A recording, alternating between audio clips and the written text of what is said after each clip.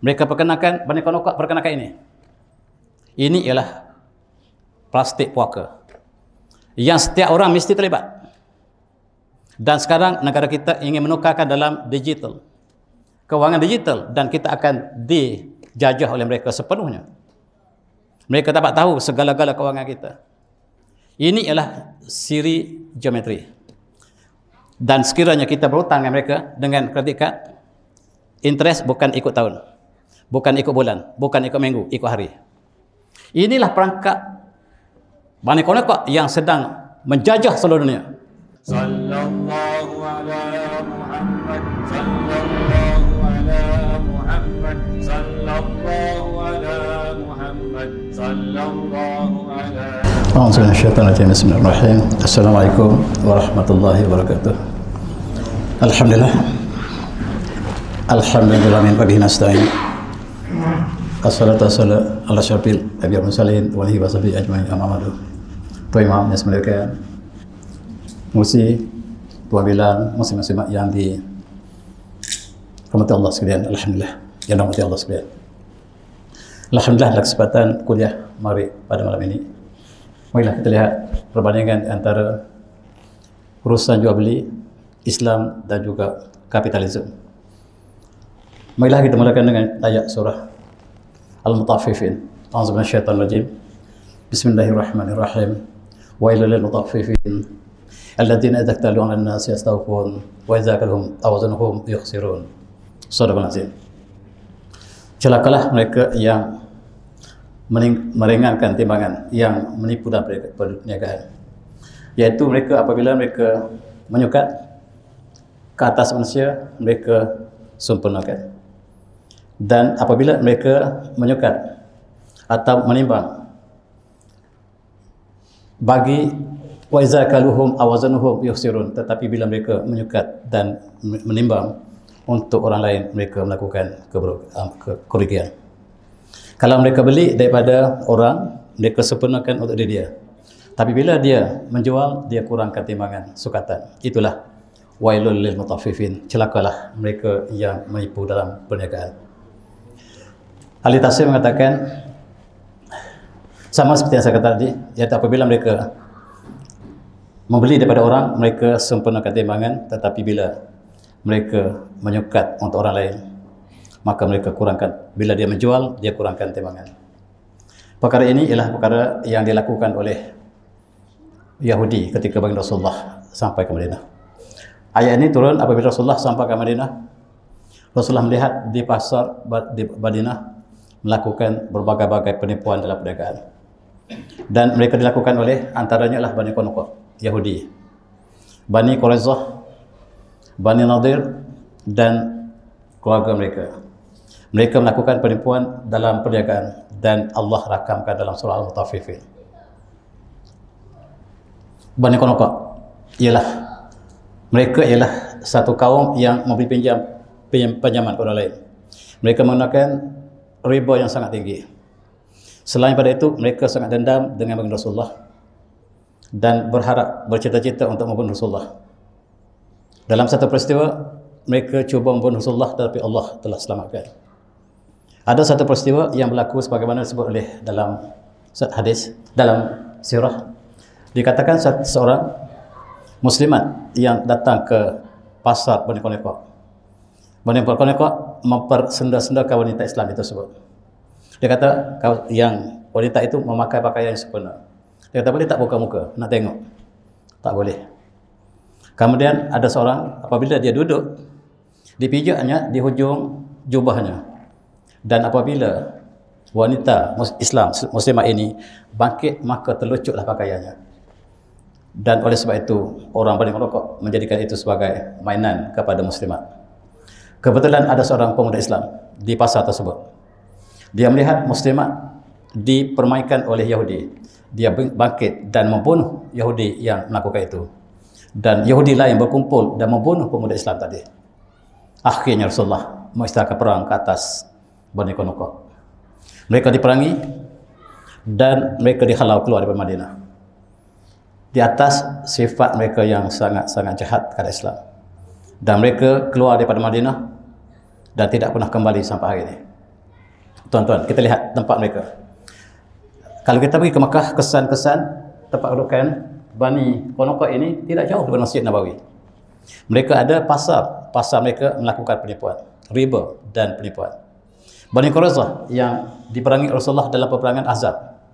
Bani Nadir jauh sikit di bawah ini, Bani Nadir yang diperangi oleh Rasulullah seluruhnya. Rasulullah memerangi Bani Qainuqa, memerangi Bani Nadir, memerangi Bani Quraidah, dan akhir sekali mereka berkumpul di Khaybar. Lalu tempat peperangan terakhir Rasulullah dengan Yahudi ialah di Khaybar.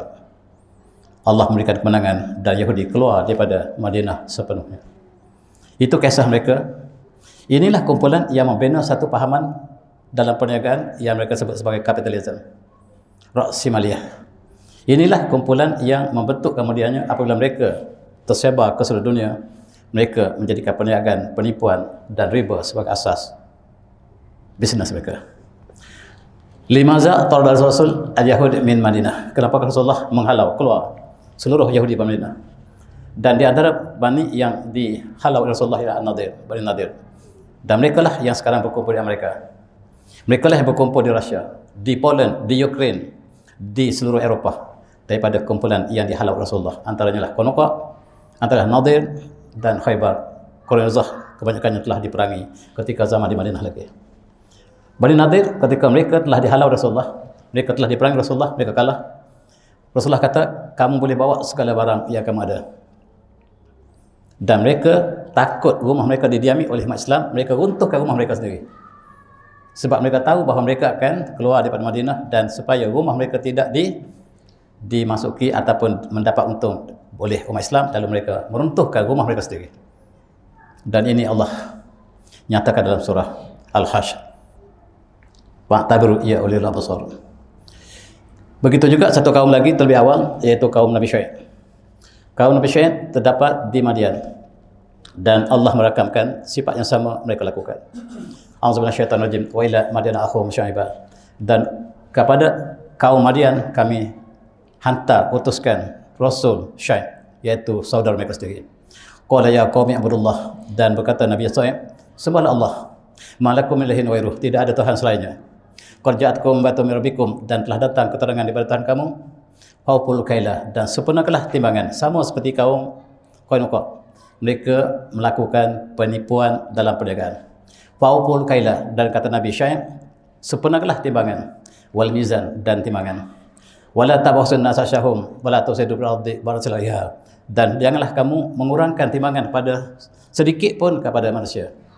Wala tufsidu fil ardi ba'da salahiha, dan jangan kamu melakukan kemusnahan di atas bumi sebelum ini kamu melakukan kebaikan. Zalika khairul lakum in kuntum mu'minin, dan itu lebih baik pada kamu sekiranya kamu beriman. Dua sifat yang Allah sebut, wailul mutaffifin, diturunkan untuk kaum Yahudi Madinah yang melakukan penipuan dalam perniagaan. Kemudian Allah rakamkan satu masa yang lampau, ketika zaman Nabi Musa lagi. Selepas Nabi Musa, satu kaum lagi yang juga duduk di semenanjung Arab. Sekarang mereka duduk, kita lihat Tabuk. Nama Madian sekarang ialah Tabuk. Di Tabuk itulah tinggalnya satu kaum yang dipimpin oleh Nabi Musa, Nabi Syuaib AS. Tapi sayang, mereka juga melakukan penipuan perniagaan. Lalu Allah musnahkan mereka. Mari kita ambil iktibar daripada peristiwa ini. Kalau kita melawat ke Jordan, kita masih melawat kubur Nabi Syuaib di Karak, tak silap saya. Dan kaum Madian ini duduk di kawasan Jordan sekarang, ataupun di kawasan utara semenanjung Arab, dan kuburnya terdapat di Karak. Ini ialah kubur makam Nabi Syuaib AS. Inilah kesan-kesan peninggalan kaum Nabi Syuaib yang masih kita dapat saksikan sekarang. Tempatnya agak subur, dan sekarang apabila turun hujan dengan banyaknya di semenanjung Arab, salji turun dan rumput telah tumbuh dengan banyaknya. Alhamdulillah. Di dalam teks, kalau kita lihat dalam kitab teks kita tentang bab muamalah, umpamanya dalam Fiqhul Islami Wadillah oleh Dr. Zuhaili, Wahbah Zuhaili, dan kitab-kitab lain juga, kita lihat bagaimanakah muamalah Islam yang kita lakukan, dan kita ada syarat-syarat jual beli. Syurut al-bai' ini kita baca dalam al-muamalah, dalam kitab muamalah. Antaranya at-taradi baina mutabayi'ain, dan mesti redha di antara pembeli dan penjual, mesti syarat pertama. Yang keduanya adalah ilmu bisamil al-mabi'. Mesti kita tahu harga tepat. Tidak boleh tidak jelas. Harga mesti jelas. Ilmu bil mabi', dan kita tahu barangan yang kita nak beli itu. Ayakun akhir jaiz tasarruf, dan benda itu boleh ditasarruf, boleh dijual beli. Ayakun al-mabi' mubah an-naf, dan benda itu mesti berfaedah. Tidak boleh benda yang tidak faedah dijual. Dan qadrah ala taslim al-mabi', dan boleh dia menyampaikan benda itu, komoditi itu boleh diserahkan. Dan yang akhir sekali lah, ayakun al-bai' min malik au naib, mestilah ada tuan punyanya, mesti dilakukan oleh tuan punya harta tersebut dan juga ataupun wakilnya. Ini kita belajar dalam kitab, mana-mana kitab fix kita telah sampai di sini. Tapi sayang kita di surau tuan-tuan, kita belajar bab fix, bab ibadah sepanjang tahun.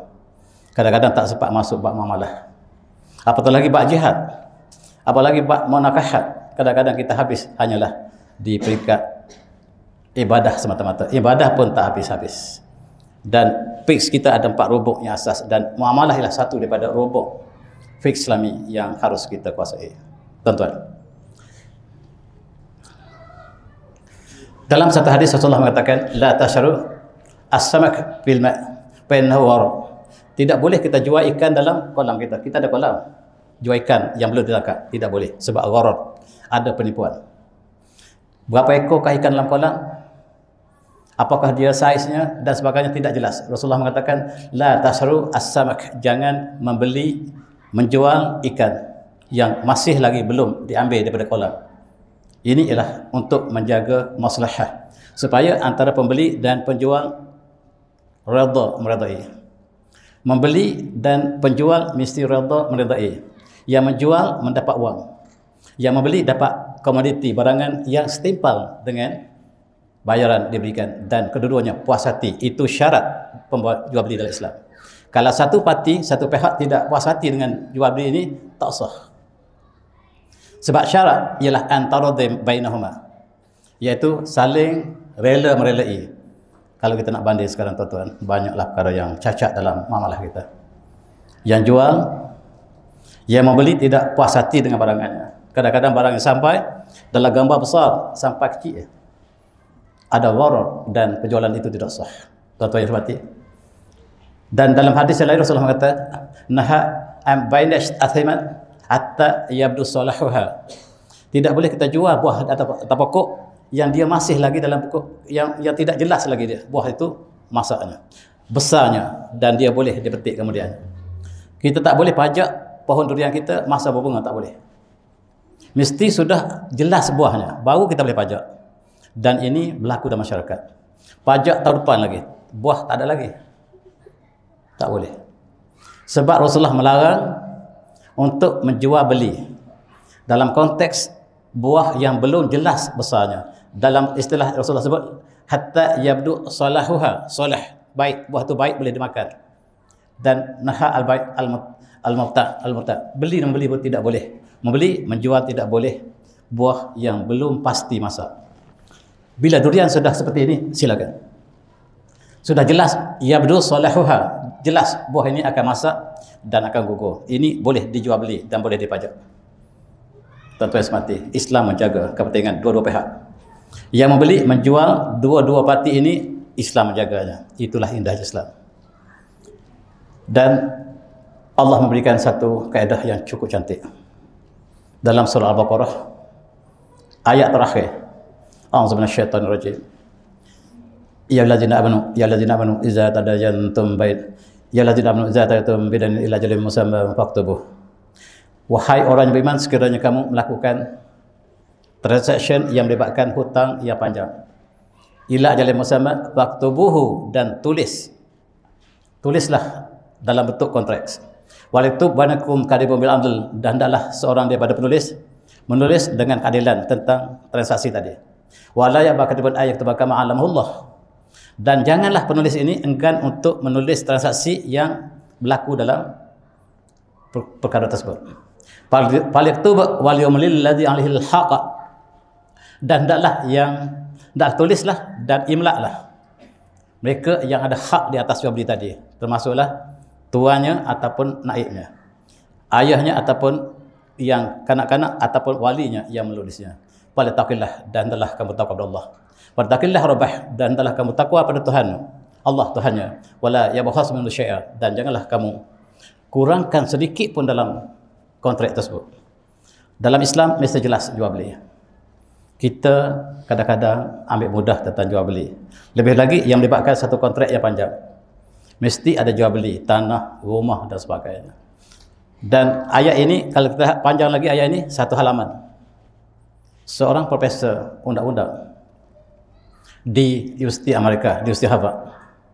Dia pakar tentang undang-undang yang berkaitan dengan kontrak jual beli. Dia ada 8 volume dalam undang-undang kontrak di Amerika. Dan dia apabila membaca ayat ini, dia kagum. Seluruh yang ada 8 volume di Universiti Harvard tentang undang-undang kontrak terdapat dalam ayat yang kita baca tadi. Dalam ayat ini lengkap dari segi saksinya, barangannya, dan sama ada siapa kesaksinya, laki dan dua wanita, dan supaya jelas kontrak hanya dalam satu ayat, dan dia terus memeluk Islam. Dia memeluk Islam sebab dia melihat bahawa keindahan ayat ini cukup lengkap dalam konteks kontrak jual beli. Subhanallah, kita baca kadang-kadang kita selalu khatam dan baca ayat ini, tetapi sayang kita tidak dapat menjiwai sebagaimana orang Islam menjiwai. Dan orang yang pakar dalam undang-undang kontrak, dia mengerti bahawa ayat ini lengkap seluruh 8 volume yang ada di Amerika. Tuan-tuan, letter of agreement, setiap pembelian transaction yang mengambil masa, hutang, mesti ada kontrak dia. Dan tuan-tuan, kita lihat sekarang jual beli tanah, rumah, alih, harta bukan alih dan sebagainya, memerlukan perjanjian yang sangat lengkap. Dan Islam menjadi contoh kepada undang-undang kontrak di barat. Kita lihat bagaimanakah ahli fiqh kita menyelesaikan masalah undang-undang kontrak ini dan dibawa ke Eropah, dan ada di Eropah itu adalah sebahagian daripada fiqh Islam asalnya yang mereka ubah sesuaikan dengan masyarakat barat. Satu lagi perkara tuan-tuan ialah Allah menyatakan dalam surah An-Nisa, a'udzubillahi minasyaitonir rajim, ya alladzina amanu la ta'kulu amwalakum bainakum bil batil illa an takuna jatan an tardim minkum. Wahai orang beriman, jangan kamu makan harta kamu dengan batil.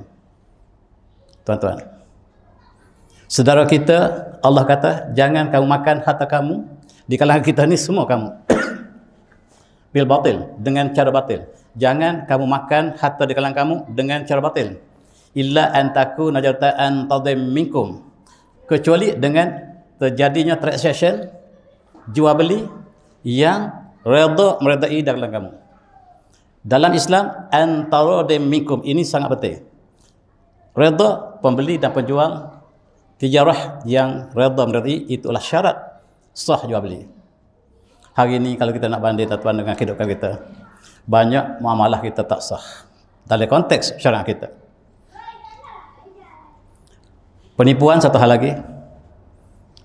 Dia menawarkan satu produk ataupun satu khidmat, dan di atas talian umpamanya yang kita lihat pembeli dan penjual apabila dibayar maka tidak sebagaimana yang ditawarkan.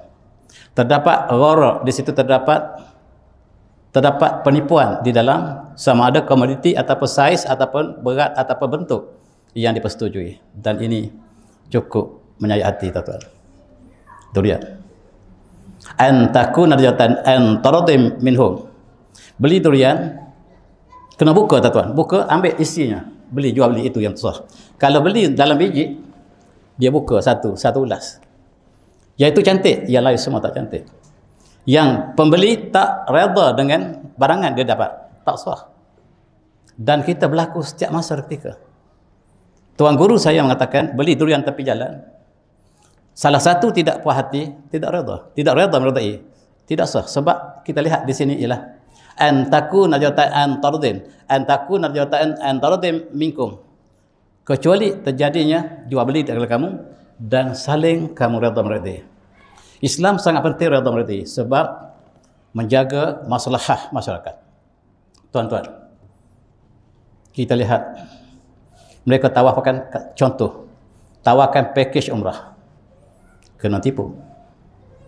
Kalau umrah pun kena tipu tuan-tuan, yang lain tak tahulah. Umrah ni tempat yang pergi untuk ibadat haji kita ataupun umrah. Tiba-tiba kena tipu juga. Tempat lain tak tahulah. Kalau tempat pergi umrah, pergi Mekah pun kena tipu. Tempat lain, wallahu a'lam. Ini masyarakat kita. Dan kita tidak jadikan kurikulum utama di surat kita tentang muamalah. Supaya kita tahu syarat sah jual beli, sahnya bagaimanakah syarat-syaratnya. Hari ini kita lihat secara surface. Tidak mendalami. Dan cuba lihat sejarah negara kita, penipuan umrah dalam 4 tahun 2014, 2018, tengok kerugian jutaan, 10 juta ditipu. Yang petani yang mengumpul duit daripada muda sampai tua nak pergi Mekah, membayar kepada package ini, tiba-tiba tersandar, terkandas di Jeddah. Inilah di antara perkara-perkara yang sedang berlaku. Dan taradun minkum, dia tidak mendapat apa khidmat yang dia bayar. Masing-masing yang dapat untung ialah yang syarikat ini, yang petani tadi kena tipu. Ini ialah satu penipuan yang jelas dalam muamalah kita. Dalam hadis lain Rasulullah bersabda, salah satu la yukallimuhum la yakumullah yaumal qiyamah wala yajrihim. Ada 3 kumpulan yang Allah tidak bercakap dengan mereka pada hari kiamat, dan Allah tidak memandang mereka. Wala yuzakihim, tidak membersihkan mereka. Walahum azabun alim, dan mereka akan mendapat azab yang pedih. Maka para sahabat bertanya, siapakah mereka ya Rasulullah? Siapakah man hum ya Rasulullah? Siapakah 3 kumpulan tadi? Ya Rasulullah, al-musbil, al-mannan, wal munfiq silatahu bil haf al-kazib. 3 kumpulan. Pertama, al-musbil, mereka yang pakai pakaian dengan angkuh, melirik pakaian ke bawah, labuh pakaian kerana angkuh. Pertama, yang Allah tak akan lihat mereka hari kiamat dan tidak akan bercakap dengan hari kiamat, dan mereka azab yang pedih. Yang kedua adalah al-mannan, kita bagi pada orang dan kita ungkit kembali. Membeli dan mungkit kembali. Dan yang ketiga yang saya sebutkan tadi, al-munfiq salatahu bil khalaf al-kazib, dia sumpah barang dia ni betul tapi palsu. Dalam jualan dia kata kereta saya ni tak pernah accident. Dia jual, kita beli. Bila kita beli tengok chassis bengkok, maksudnya berkali-kali accident. Ini dia sumpah, dia kata wallahi kereta saya ni tak pernah accident. Kita beli chassis bengkok. Pergi ke mekanik kata kereta pak cik ni berapa kali accident pak cik? Tak pernah, saya baru beli je. Ini kata-katanya 3 kali accident, kata mekanik. Tipu. Penipuan ini sangat berat akibatnya. Dan Rasulullah kata walahum azabun alim, mereka ialah akan dikenakan azab yang sangat pedih. Itu sebab orang mukmin tidak akan menipu orang mukmin. Mukmin tidak akan menipu orang mukmin sebab kita sebagai sesuatu jasad. Adakah kita mukmin hari ini, tuan-tuan? Setiap tempat kena tipu. Makcik di pasar malam pun tipu kita. Manis tak memang ni pakcik? Manis, balik masam, menipu. Pergi kat bawah pun menipu lagi, tuan-tuan. Macam mana kita nak berkat hidup kita? Pakcik, buah ni memang manis. Kita pun belilah sekilo, balik masam. Saya bertemu dengan seorang penjual yang amanah. Buah limau. Pakcik, limau ni manis ke masam? Limau saya masam. Kalau cik dah beli yang manis, dia jual yang manis. Saya masam. Ini ikhlas. Nak beli tak nak beli itu persoalan lain. Tapi bagaimanakah Rasulullah mengajak kita? Itulah indahnya Islam. Tapi kita ambil separuh, tak cantik.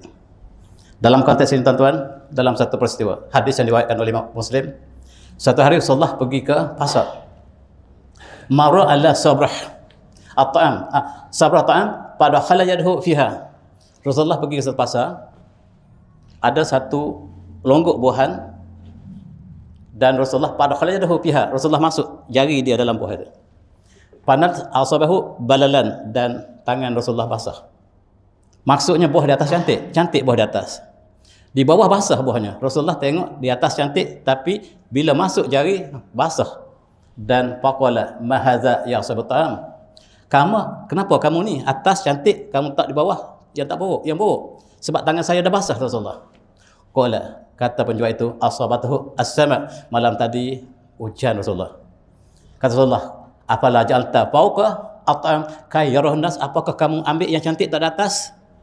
supaya orang lihat bahawa ini cantik sedangkan di bawah tidak cantik. Dan Rasulullah mengatakan, man ghasya falaysa minna. Siapa yang menipu bukan pada kalangan kami. Siapa yang menipu bukan pada kalangan kami. Tuan-tuan, kita lihat dalam masyarakat kita. Ini contoh buah tamar yang Rasulullah celup jarinya. Cantik di atas, jual. Tapi bila dicelup jari ke bawah, bawahnya tak cantik langsung. Ini ialah penipuan. Man ghasya falaysa minna. Siapa yang menipu bukan daripada golongan kami. Kalau bukan daripada golongan Rasulullah, golongan siapa tuan-tuan? Dan kita lihat hari ini penjual kita pasar malam. Rambutan yang longkok depan kita ni cantik. Yang di sebelah pelanggan itu cantik. Tapi yang bila dia nak jual, dia ambil yang sebelah dia ni. Yang sudah buruk, yang sudah busuk. Man ghasya falaysa minna. Siapa yang menipu bukan golongan kami. Macam mana kita nak lepas? Malah tak lepas tuan. Daripada pasar malam tak lepas. Ada pula makcik. Ada bekas dia jual walimau lagi. Bekasnya besar. Tapi dia angkatkan punggung ataupun belakang bekas dia ni supaya naik ke atas dan buah ni dia masuk 5 biji dan nampak penuh. Man ghasya falaysa minna. Kalau pasar malam pun berlaku macam tu tuan. Apatah lagi di gedung-gedung perniagaan besar. Di syarikat-syarikat yang besar. Dan Rasulullah mengatakan man ghasyana falaysa minna. Siapa yang menipu kami bukan pada kami. Siapa? Tadi saya baca man ghasya. Tadi sebenarnya wa man ghasyana. Siapa yang menipu kami bukan pada kami. Kata Rasulullah dalam hadis yang mulia tadi, yang kita baca tadi, yang diriwayatkan oleh Imam Muslim. Tuan-tuan yang semati. 5 manis tadi.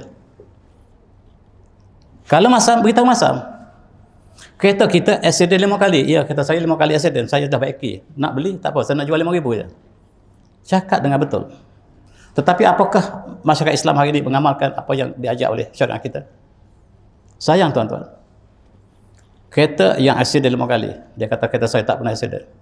Wa ma wahsyana falaysa minna. Siapa yang menipu kami bukan golongan kami. Kalau bukan golongan Rasulullah, golongan Abu Jahal barangkali. Tuan-tuan, Rasulullah bersabda dalam hadis yang cukup indah. Maslum ini fi tawaddihim wa tarahumhim. Masuk perumpamaan orang mukmin dalam kasih sayang di kalangan mereka. Wa tarahumhim dalam kasih sebelas di kalangan mereka. Wa ta'atufhim dalam suasana kasih sayang di kalangan mereka. Masal jasad seperti satu badan. Ijastaka min udhun, apabila satu anggota mengadu sakitan, ta'dan lahu sarul jasad bisahri wal humma. Satu jasad sakit, seluruh badan tak dapat tidur malam tu. Satu masyarakat mukmin ialah satu jasad. Kalau sakit satu anggota lain pun cukup sakit. Takkan kita nak tikam, nak sakiti anggota kita.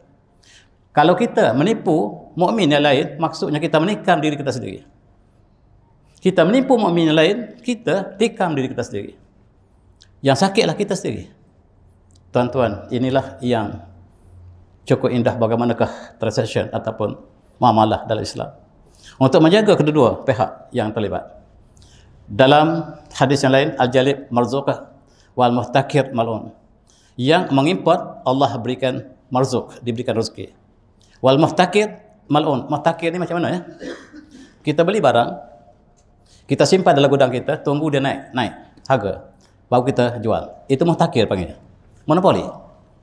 Ataupun sorok. Al-jalib marzuq wal muhtakir mal'un. Mereka yang menyuruh barang untuk harga naik, Allah laknat. Tuan-tuan yang saya mati. Saya nak kisah satu kisah. Bagaimanakah seorang Badui, namanya Syekh Sulaiman Ar-Rajihi. Asalnya dia seorang miskin, tetapi dia nak berbakti kepada Allah, berbakti kepada umat Islam. Dia ada beberapa ekor unta dan dia mengambil upah untuk membawa orang pergi haji dengan selamat. Dan dia membawa makanan untuk masuk, untuk jadi bekalan kepada mereka yang terlibat dengan perjalanan haji. Lama-lama, semakin lama semakin besar usahanya. Semakin besar sehingga akhirnya dia menubuhkan bank Ar-Rajihi sekarang. Dia menjadi orang yang kaya. Orang yang paling kaya, orang Islam paling kaya bukan keluarga diraja, ialah Sulaiman Ar-Rajihi. Dia punya bank daripada hujung ke hujung. Di Kuala Lumpur pun kita ada bank Rajahi. Dan dia disahkan sebagai umat Islam yang paling kaya. Kerja dia adalah mengimport barangan, menyampaikan kepada orang yang memerlukan. Dan ini dia orangnya. Salman Rajahi, satu contoh manusia yang bekerja untuk kebaikan orang. Dalam Islam, tuan-tuan, kita buka kedai makan, restoran. Itu kita berkhidmat kepada masyarakat. Bukan keuntungan semata-mata. Tetapi kapitalis, dia falsafah dia adalah profit, maximize the profit. Untung, maximize. Dalam Islam, bukan maximize the profit, maximize the benefit. Kita jual dengan harga murah makanan kita, tapi kita dapat khidmat pada orang yang lapar. Makanan rahmat umpamanya, yang kita sedang bincang sekarang. Dan ibadah dan berniaga itu ibadah. Membuka restoran itu ibadah. Menjual di pasar malam itu ibadah. Kalau kita ibadah, takkan kita nak tipu. Dan contoh Amr Rahman ataupun Ar-Rajahi, Syekh Salman Ar-Rajahi, contoh yang cukup indah. Dia membawa makanan, dia import makanan, dan dia jual dengan harga yang murah kepada masyarakat. Akhirnya Allah memberikan pertolongan sehingga dia menjadi orang yang paling kaya. Selepas dia disahkan sebagai orang paling kaya, dia derma seluruh harta dia untuk masyarakat Islam. Universiti Islam, kebajikan Islam, ladang dia yang sangat luas diwakafkan untuk Islam, yang sangat luas, ratusan ribu ekar yang diwakafkan untuk Islam. Dan dia sekarang tidak ada wang satu pun. Dia kata, kebahagiaan saya ialah saya kembali ke padang pasir, saya bersujud di atas pasir tanpa sejadah. Itulah kebahagiaan saya. Kebahagiaan saya apabila saya telah berkhidmat kepada masyarakat. Saya asalnya tidak ada wang. Sekarang saya dermakan seluruh wang saya untuk masyarakat. Dan saya bahagia apabila saya kembali ke kemah saya dan saya bersujud di atas pasir. Kita, tuan-tuan, banding dengan para sahabat solat, Rasulullah dan sahabat sujud atas pasir. Kemudian Assalamualaikum, Assalamualaikum, buang pasir. Kita sujud di atas kapet, buang pasir juga. Tuan-tuan yang saya hormati, la yahtakiru illa khati'. Tidak mereka yang melakukan kerja tadi, sorok tadi, illa khati', tapi orang yang bersalah. Rasulullah mengatakan orang yang ihtikar, yang monopoli, dia simpan di belakangnya beras banyak-banyak sebab tahun depan nak naik harga, dia simpan banyak-banyak. Ini ialah la yahtakiru illa khati', tidak melakukan perbuatan monopoli tadi ataupun sorok tadi kecuali orang yang berdosa. Tuan-tuan, dalam masyarakat kita kadang-kadang kita ada sale yang besar-besar. Sebelum sale dia naikkan harga, kemudian turunkan kembali, dan kita rasa dia turun 5% sebenarnya pada tahap asal yang asal penipuan. Kalau dilakukan orang bukan Islam, boleh kita faham. Tetapi kalau orang Islam melakukan bersama, alangkah malangnya. Kita menyakiti, kita melukai anggota kita sendiri. Sebab mukmin itu saudara kita. Kita tipu dia, mana kita sakiti anggota kita sendiri. Tidak mungkin dilakukan oleh mukmin. Yang menipu itu bukan mukmin, tuan-tuan. Percayalah, yang menipu mukmin lain bukan mukmin lagi. Sebab mukmin tidak akan sakiti mukmin lain. Dan tuan-tuan, pasar monopoli. Dunia sekarang membeli minyak kita banyak-banyak. Minyak petroleum akan habis. Tetapi mereka simpan banyak-banyak dan mereka jual, dan mereka beli dengan harga murah. Takkanlah petroleum ini harga semakin murah, semakin murah. Sepatutnya semakin mahal, tetapi mereka yang jadikan pasar monopoli. Ini dibincangkan oleh pelajar yang terlibat dengan ekonomi. Dan Rasulullah bersabda dalam hadis yang diriwayatkan oleh Al-Hakim, Rasulullah ditanya, ayul kasbi at-tayyib, apakah pekerjaan yang paling baik? Jawab Rasulullah, amalur rajul biyadih, kerja yang dilakukan dengan tangan sendiri. Kata Rasulullah, wa kullu ba'in mabrur, dan setiap perniagaan yang mabrur, yang dilakukan dengan penuh tanggungjawab, bertelamat-telamatkan kepada akhirat, maka itulah perniagaan atau pekerjaan yang terbaik. Ialah kerja dengan tangan sendiri, kata Rasulullah, dan jual beli yang mabrur, itulah yang paling baik. Al-Quran menceritakan tentang peniaga, tuan-tuan. A'udzubillahi minasyaitonir rajim. Rijalul la tulhihim tijaratun wala bai'un an dzikrillah wa aqamis salati wa atiyaz zakah yakhafuna man taqallabu bil qulub wal absar. Surah Al-Azim. Lelaki-lelaki yang mereka tidak dilalaikan oleh perniagaan mereka. Mereka berniaga tetapi mereka tidak dilalaikan oleh perniagaan mereka. Wala bai'un, bukan jual beli mereka. Ayat zikrillah. Lelaki yang berniaga tetapi mereka tidak dilalaikan perniagaan mereka daripada mazhab Allah. Wa iqamus salah, dan dirikan solat. Wa itaz zakah, dan keluarkan zakat. Ya khafu min taqallubul qulub wal absar, dan dia takut hari akhirat yang hati kita berbalik-balik dan hati yang kecut pada hari itu. Dan matlamat perniagaan ialah ibadah. Bisnes ialah ibadah. Ibadah takkan kita nak tipu dalam ibadah kita. Tapi sayang, bab muamalah tak sampai dalam masjid kebanyakan kita. Hanya masjid-masjid tertentu yang sudah bincangkan muamalah, munakahat, bahkan lagi jihad, lagi lambat. Marilah kita kenal syariah kita supaya kita dapat menjiwai dalam konteks inilah tentang bisnes urusan negara yang cukup indah. Tuan-tuan, hadis yang cukup memberikan inspirasi pada kita semua. Hadis yang dibawakan oleh Imam Tirmizi, Rasulullah bersabda, "At-tajir as-sadiq yuhsyaru yaumal qiyamah man nabiyyin was-siddiqin wasyuhada." Rawahu Tirmizi. Subhanallah. Saudagar yang amanah, as-sadiq. Saudagar yang amanah, sangat-sangat amanah, dibangkitkan pada hari kiamat bersama para nabi, para siddiqin, para syuhada. Tuan-tuan, kita ada satu peluang untuk bersama dengan para anbiya, para siddiqin, para syuhada, saudagar yang amanah. Inilah yang terjadi di Patah Melaka, tuan. Pendakwah-pendakwah membawa komoditi bukan semata-mata untuk berniaga, untuk sampaikan mesej. Sedangkan di Patah Melaka ada banyak sedagang Melayu. Sedagang Melayu ini dia ada kapal yang banyak, tetapi dia menipu dalam setiap transaksi dia. Tiba-tiba datang peniaga sedagang Arab yang sangat at-tajir as-sadiq, yang sangat amanah. Dia telah mencucuk hati budi orang Melayu di Melaka sehingga orang melihat contoh, bukti ataupun akhlak yang ditunjukkan oleh at-tajir as-sadiq. Mereka memeluk Islam beramai-ramai. Dan sedagar menipu semakin hapus di Patah Melaka. Akhirnya Melaka menjadi kota Islam yang cukup bertamadun. Tuan-tuan sebati, satu lagi perkara yang terjadi dalam transaksi ialah riba. A'udzubillahi minasyaitonir rajim. Alladzina ya'kuluna riba la yaqumun illa kama yaqumul ladzi yatahawwatu asy-syaitanu nas. Dzalika annahum qalu innamal bai'u mithlu riba wa halallahu al-bai'a wa harrama riba. Wa man ja'ahu ma'dzatun min rabbihi fantaha falahu ma salama amruhu ila Allah wa man adaba ulaika ashabun nar hum fiha khalidun. Sadaqallahul azim.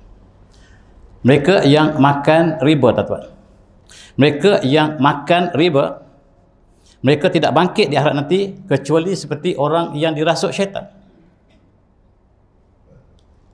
Dzalika annahum qalu innamal bai'u mithlu riba. Sebab orang ini mengatakan jual beli sama dengan riba.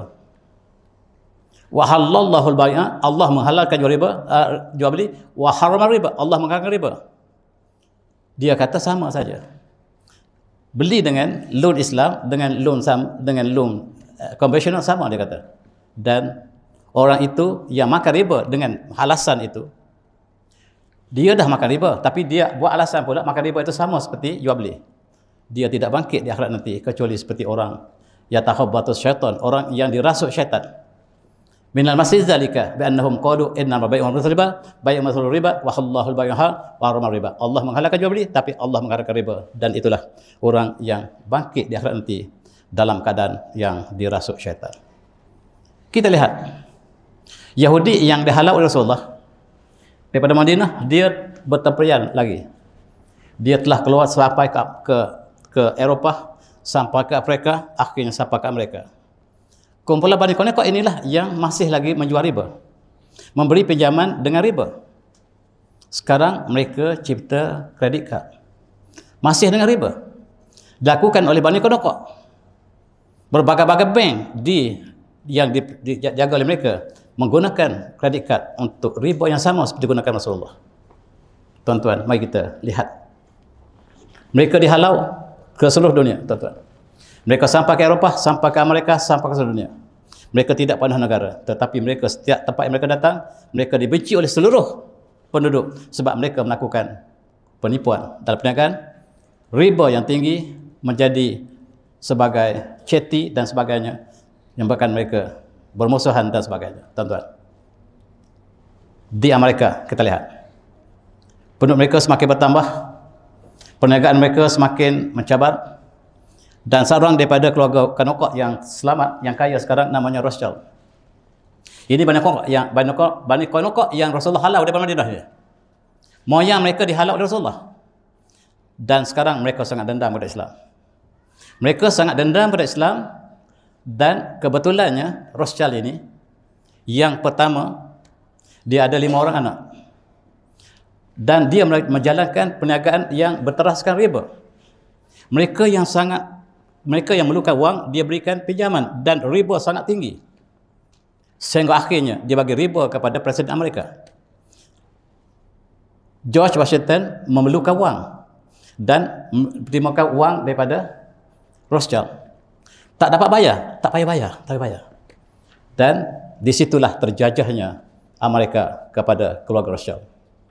Di England, di Perancis, Itali, Jerman, Austria, dia ada 5 orang anak. Dia hantar ke 5 buah negara ini buka bank, bagi pinjam dengan riba yang tinggi. Subhanallah, mereka jadi kaya raya. Akhirnya mereka diisytiharkan sebagai manusia yang paling kaya di atas muka bumi. Dan mereka melaksanakan segala keburukan dalam konteks transaksi. Dan George Washington telah dibeli oleh Rothschild. Keluarga ini telah membeli Presiden Amerika yang pertama, dan Amerika terjajah oleh keluarga Rothschild sampai hari ini. Cukup malang tuan-tuan, ini adalah keluarga mereka yang akhir-akhir ini. Namanya Jacob Schiff Rothschild. Dia sangat kaya. Emas dia bertimbun-timbun dalam sebuah gedung yang rahsia. Nak masuk pintu itu terlalu ketat untuk masuk. Dan dia tak beritahu siapa yang masuk. Dan satu hari dia nak tengok emas dia macam mana. Sersia dia masuk dalam bekas, dalam gudang emas dia, tertutup pintu. Dia tak lupa, pintu itu boleh buka daripada luar saja. Dia tertutup dalam bilik emas sendiri. Mati di situ. Dia mati dalam gedung emasnya ini orangnya. Namanya Jacob Rothschild. Dia mati di dalam gedung emasnya. Dia tulis sebelum mati, orang yang paling kaya di atas muka bumi mati kelaparan. Harga segelas air ini lebih mahal daripada seluruh emas yang ada. Harga segelas air lebih mahal daripada seluruh emas yang timbunan yang ada dalam gedung itu. Kata, dia tulis satu surat. Tuan-tuan, itu harga. Cuba kita bayangkan tuan-tuan. Kita di padang pasir, kehausan, dan nyawa berada di kelongkung. Seorang membawa air kepada kita. Apakah kamu ingin air ini dengan harga seluruh dunia ini? Apakah yang mana kamu lebih suka sekarang? Air segelas ataupun dunia seluruhnya? Jawabnya apa dia? Air. Itu nilai dunia semuanya. Nilai dunia seluruhnya segelas air. Kalau kita lihat dalam kisah orang kaya ini, tuan-tuan. Ini yang menjajah England. Namanya Nathan Rothschild. Setiap negara ini ada keluarga Rothschild, tuan-tuan.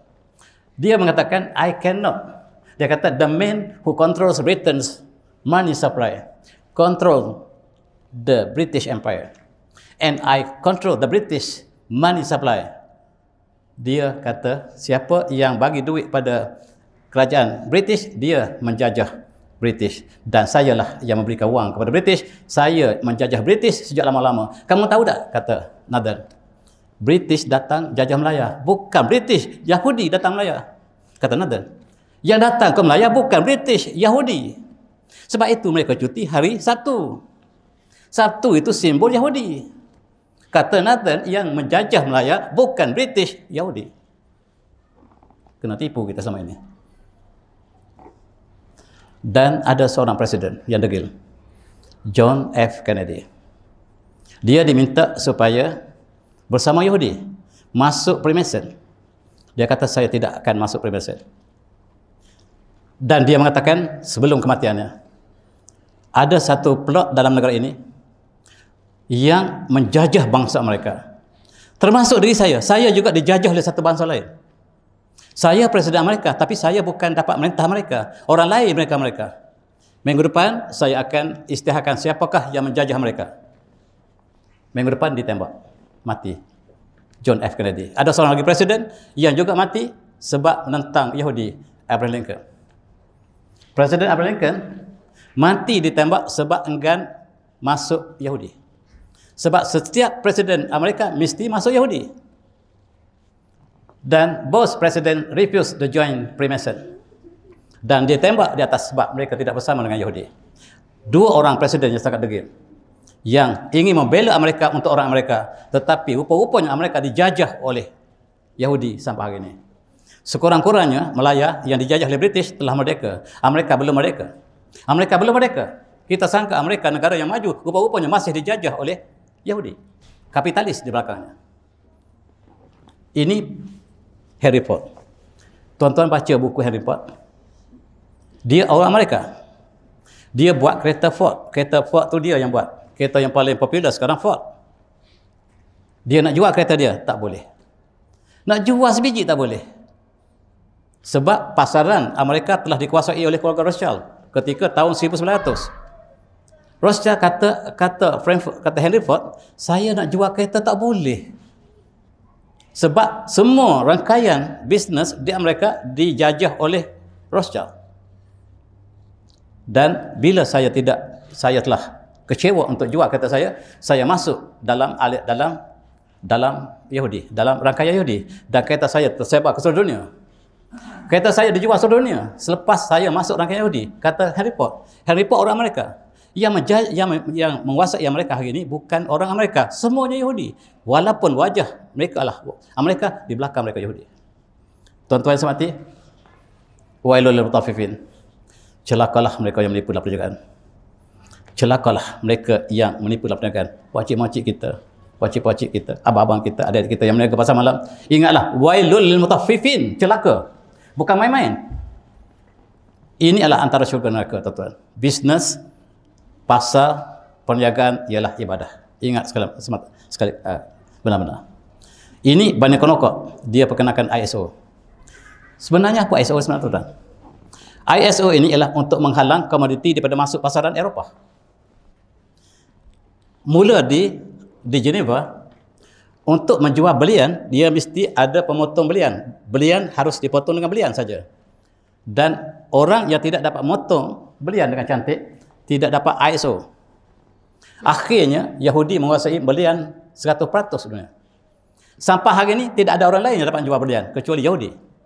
Seluruh kedai belian, termasuklah, maaf saya, Habib jual juga.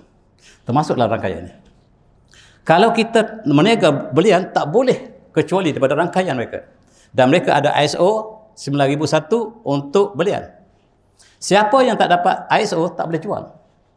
Ini cara untuk mereka mengawal barangan kita. Mereka kawal kelapa sawit kita dengan ISO. ISO 9000. Kelapa sawit kita nak jual ke Eropah, tak boleh. Sebab kamu tidak ada ISO. Kenapa kami tak dapat ISO? Sebab kelapa sawit kamu ada banyak kolesterol. Kita pun beritahu, kita buat kajian di MPOB kita. Tak ada satu pun, tak ada 1% pun kolesterol. Semua tidak free, kolesterol free. Tidak ada kolesterol. Kita nak pasar lagi ke Eropah. Dia kata, warna kelapa sawit kamu tu bukan seperti minyak, merah macam minyak petrol. Kita kata kita berusaha, kita balik ke lab kita bersihkan minyak kelapa sawit kita, bersih akhir sekali. Kawan-kawan kita yang kerja dengan MPOB tahu. Kita sekali lagi nak hantar, nak jual ke mereka. Dia kata kamu tak dapat ISO. Sebab kamu membakar hutan kamu, alam sekitar kamu tak jaga. Lah, kata-kata kita tebang, kita tanam.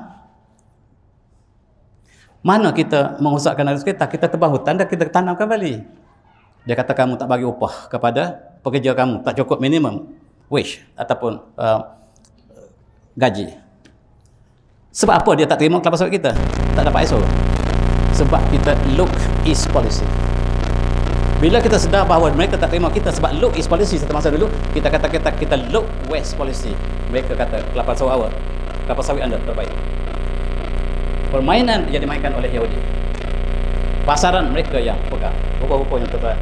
Kita kena tipu dulu. Pensyarah-pensyarah depan saya yang terlibat universiti, mereka gunakan Thomson Reuters Foundation. Semua penerbitan kita, pensyarah-pensyarah yang tidak menulis dalam konteks Thomson Reuters tidak akan dapat profesor. Tidak mungkin. Nak dapat profesor, mesti masuk dalam rangka Yahudi. Kita mesti menulis dalam Scopus. Scopus ialah badan Yahudi. Kalau pensyarah yang dapat profesor itu, tuan, dia telah masuk dalam Yahudi.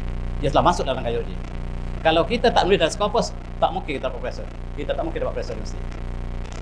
Dan universiti kita telah terjajah oleh Yahudi seluruhnya. Pensyarah yang dapat naik pangkat mesti nulis dalam Scopus. Scopus adalah jurnal yang ditadak oleh Yahudi. Tuan-tuan yang hormati, kadang-kadang dia ada pertandingan saintifik di Geneva. Pertandingan ini adalah untuk record chapter. Kita ada record chapter, kita pamerkan di sana dan kita dapat hadiah nombor 1. Apa sebenarnya pameran record chapter di Geneva? Rupa-rupanya nak tahu teknologi negara membangun. Negara yang cerdik, mereka tak akan hantar patent mereka ke Geneva sebab teknologi adalah rahsia. Yang hantar ke Geneva, Malaysia, Singapura, India. Tiada tahun Malaysia dapat juara sebab Jepun tak hantar, China tak hantar sebab menghantarkan teknologi kita. Kita pecah rahsia. Oh, rupanya kita tarah teknologi kita masuk tahap ini. Kena tipu hidup. Ini permainan, tapi pasaran kita tak sedar. Tuan-tuan, kalau pasaran depan saya, kita berfikir lagi. Tuan-tuan berkali-kali kita baca buku ini. Sampai masa kita tuan John Perkins. Dia menulis buku yang tuan-tuan boleh baca walaupun buku ini lama, 2005 lepas. Tajuknya Confessions of an Economic Hitman. Dia mengatakan bahawa Yahudi akan sudah menguasai UNESCO. UNESCO itu badan Yahudi. Kita ingat badan dunia.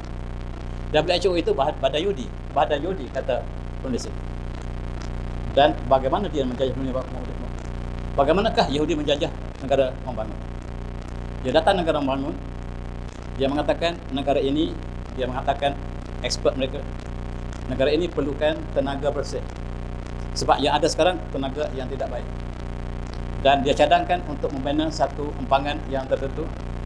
Negara itu tentulah tidak dapat membiayai projek yang mereka cadangkan. Tak ada masalah, kita akan berikan pinjaman mudah. Maka bila terima pinjaman tersebut, negara itu terjajah. Bukan saya kata, tapi John Perkins. John Perkins mengatakan semua negara Asia Tenggara terjajah. Sebab apabila terlibat dengan Yahudi, dengan Bank Dunia, maka mereka telah terjajah. Mereka tidak sedar mereka terjajah, kata John Perkins. Semua negara di Asia Tenggara terjajah. Terjajah dalam bentuk ekonomi yang disebut, atau dibaca kembali.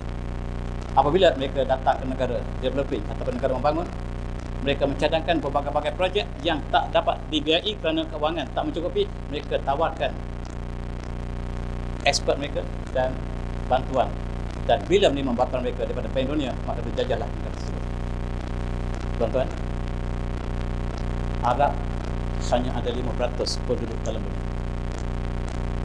Dan mereka membeli 50% senjata dunia. 50% peperangan ialah bisnes bagi Yahudi. Yahudi mencipta senjata canggih.